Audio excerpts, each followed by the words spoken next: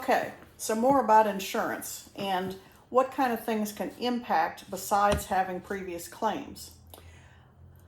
One of the things has to do with the roof. Now, sellers oftentimes will say, oh, well, I had a 50-year roof put on. Well, what that really means is the shingles may have a life expectancy of that, but it depends on a lot of different things. Some manufacturers, it depends on who put the roof on and did the roof person do it properly. So usually it doesn't mean it's going to last 50 years. It has to do with a lot of different parts and pieces of that. For the most part, if a roof is more than 10 years old, it matters if it's architectural shingles, 3-tab shingles, or something else. Architectural shingles are preferred to 3-tab shingles. 3-tab shingles aren't used much anymore. And metal roofs, slate and tile roofs last a lot longer. But what we see happening is if you buy a home, and even if you get a home inspection and the home inspector may say, well, the roof looks like it's in good condition. That's all well and good, but that doesn't mean that the insurance company is going to agree with that. And what we see happening is after somebody's purchased the home, within sometimes weeks or 30 days, they get a notice from the insurance company that you're going to have to replace the roof or they're going to be dropped. So the advice is if you're thinking about buying a property, and if you have some information that your realtor can get from the sellers on when the roof was replaced and have a receipt, that's helpful. Otherwise, it's best, even if you can do it before you write an offer, contact an insurance agent, preferably an independent one, but whomever, contact somebody and ask them to check that address and see if there's any underwriting issues. And insurance companies, some of them will send somebody out, which is what's happening after a purchase. Some of them have a program they can use where they can see things kind of like Google Earth, but ramped up more. And they can look at things and say, hey, we see there's a trampoline or there's trees overhanging. Trees overhanging or the age of the roof are two really big ones. If there's any trees close by or overhanging the roof, that can impact the roof aging properly. And so they may ask that you have those trees removed, which may not be cheap. And so if you can find that out before you write an offer, then you're more prepared.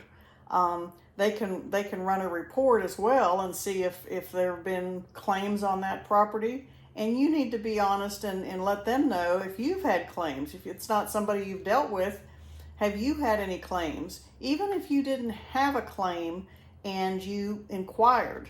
For example, my late husband had a pickup that had an external sun visor, and it was stolen when he lived in Philly, and he contacted his insurance company about it, and they said, well, it's not worth doing. It would be in your deductible. So he said, fine. Turns out they somehow started the claim, even if they didn't finish it. And for the next, it was over 5 years, I think, every time we went to get insurance, they'd say, oh, we see you had a claim before. And we'd say, no, we didn't. And we'd explain, but we kept getting asked that. I had a home that had some things stolen when it was undergoing renovation. And I inquired with my agent, and turned out it was really not worth messing with because it was going to be about the same as the deductible. So I didn't. But from then on out, for the next 5 years, I got penalized for that.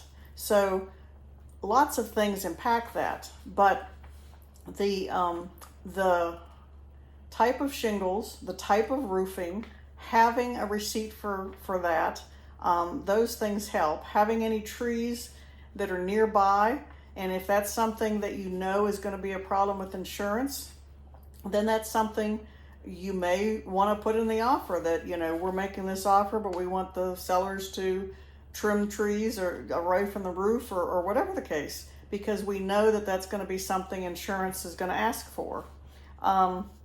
Also, on decks and things, the railings and the little spindles that are between there have to be a certain number of spacing. Now, if you've had your deck for a long time, or maybe you didn't have small children, you might have spaced it out more. The insurance company isn't going to care if you don't have small children or the buyer doesn't have small children. It's still a liability. Think about it this way: if somebody comes to visit and they bring a child with them, and their child gets their head caught because it's too far apart, then that's a liability. So those types of things. Some retaining walls, they're balking at because they want to have railings maybe, or they're concerned about the retaining wall or somebody climbing up there and falling. Those can be a problem. And making sure that stairs have handrails. If it's a government loan, a lot of the government appraisers want to do that, but the insurance companies are looking at that. And again, they're not looking at it until after you've asked them to give you a quote and get started on that. And sometimes it gets down to closing, and they say, hey, we can't close on this, we can't do this. And then where are you going to go? What are you going to do? So these things are really, really important. Carriers have about 60 days to cancel or adjust. So if you get insurance, you might get a letter after closing, which is why it's really important for realtors, or you, to be educated and understand what kind of things they're looking for, so you don't get a letter 60 days after you've closed.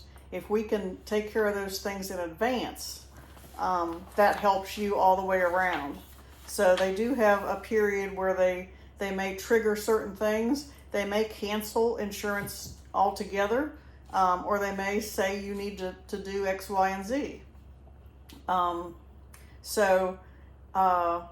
That we really need to do that, if possible, before an offer, or certainly within a day of the offer, a day or two. Whenever we're sending things to the title company, let's send it to the insurance company, or a couple of them, and get some prices and see what kind of things are going on.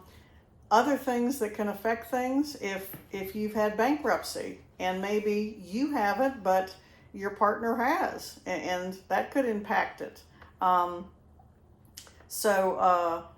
Those things are very important. If you're not going to live in the property, if you're renovating it, you're going to move into it later, or you're a flipper, then other types of insurance are going to be available. If you have anything specific, you're not going to be living in it. It's an older home, it's a manufactured home. There's lots of different things, a whole long list. If any of those things happen, there are fewer companies that they can find to help you. And the fewer companies there are, the more expensive it's going to be.